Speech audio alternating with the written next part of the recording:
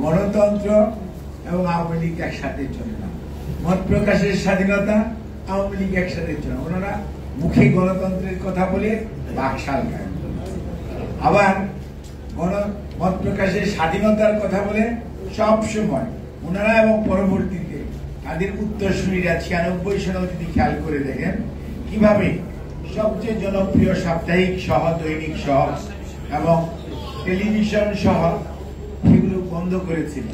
তার পরবর্তীতে এই 16টি বছর যে কর্তৃত্ববাদিতার বা স্বৈরাচার, যেই নামে আমরা তাদেরকে ট্যাগ করি না কেন, বাস্তবতা হচ্ছে তারা মত প্রকাশের স্বাধীনতায় বিশ্বাস করে না। তার জন্য দেখেন আমার দেশ বলেন, দিগন্ত বলেন, ইসলামিক টিভি বলেন, এগুলো তো হচ্ছে ন্যাশনাল মিডিয়া, কিন্তু অনেক সোশ্যাল মিডিয়া, অনেক আপনার জেলা পর্যায়ের পত্র পত্রিকা, রাইট অ্যান্ড লেফট নিউজ পোর্টালগুলো সহ অনলাইন এন্ড অফলাইন সবগুলোকেই কিন্তু ওনারা যেটাই একটু সমালোচনা করেছে তার সাংবাদিককে হেনস্থা করেছে এবং মত প্রকাশের স্বাধীনতা সেই জন্য ডিক্লারেশন বাতিল, কোনো কথা নাই।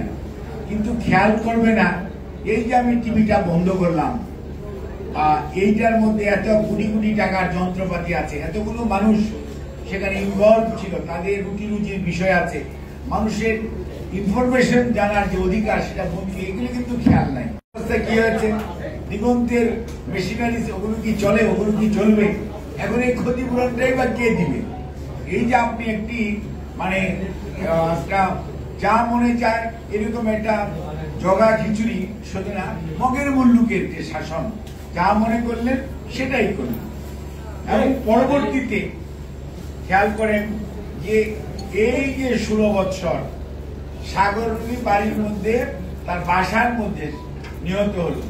প্রথম মরহুম স্বরাষ্ট্রমন্ত্রী বললো 24 ঘন্টার মধ্যে পাওয়া যাবে, তারপরে 118 বার ডেট চেঞ্জ হয়েছে। কিন্তু খুবই আনফরচুনেট, 10 মাস প্রায় হয়ে গেল স্বৈরাচার পালিয়েছে। ইউনূস স্যারের নেতৃত্বে একটি অন্তর্বর্তীকালীন সরকার, ইনারাও বেশ কয়েকবার সেই সাগররুনির চার্জশিট আজকে সার্ভিসে আনতে ব্যর্থ হচ্ছে। কেন?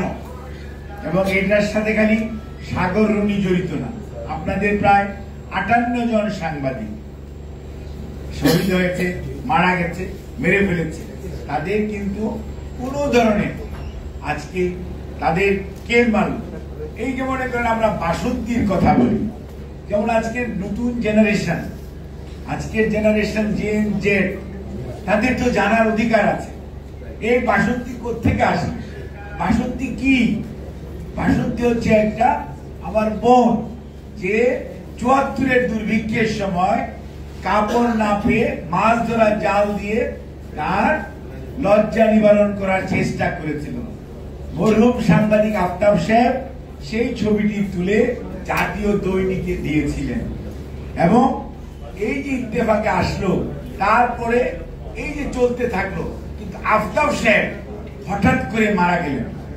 উনি কিভাবে মারা গেলেন, কেন মারা গেলেন, ওনার কি হয়েছে? সাংবাদিকরা অথবা অন্য কেউ কি জানার চেষ্টা করেছেন? কাজেই আজকে কিন্তু সাগররুনি যেরকম ভাবে কেন মারা গেল, বাসার মধ্যে থেকে কেন 58 জন সাংবাদিক মারা গেল, আফতাব ভাই কিভাবে বাসার মধ্যে মারা গেলেন, ইন্তেকাল করলেন, সেটাও তো জানা দরকার।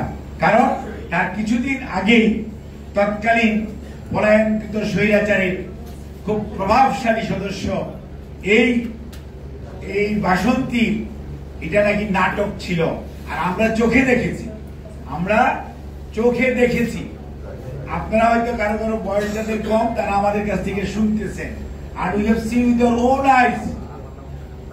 এখন তারা বলতেছে এটা নাটক ছিল, এবং তার কিছুদিনের পরেই আফতাব সাহেব বাসায় মারা গেলেন। এখন এটিকে গুম বলবেন না খুন বলবেন, ন্যাচারাল ডেথ আনন্যাচারাল ডেথ, এটার তো ডেফিনেটলি ইনকোয়ারি হওয়া উচিত নয়।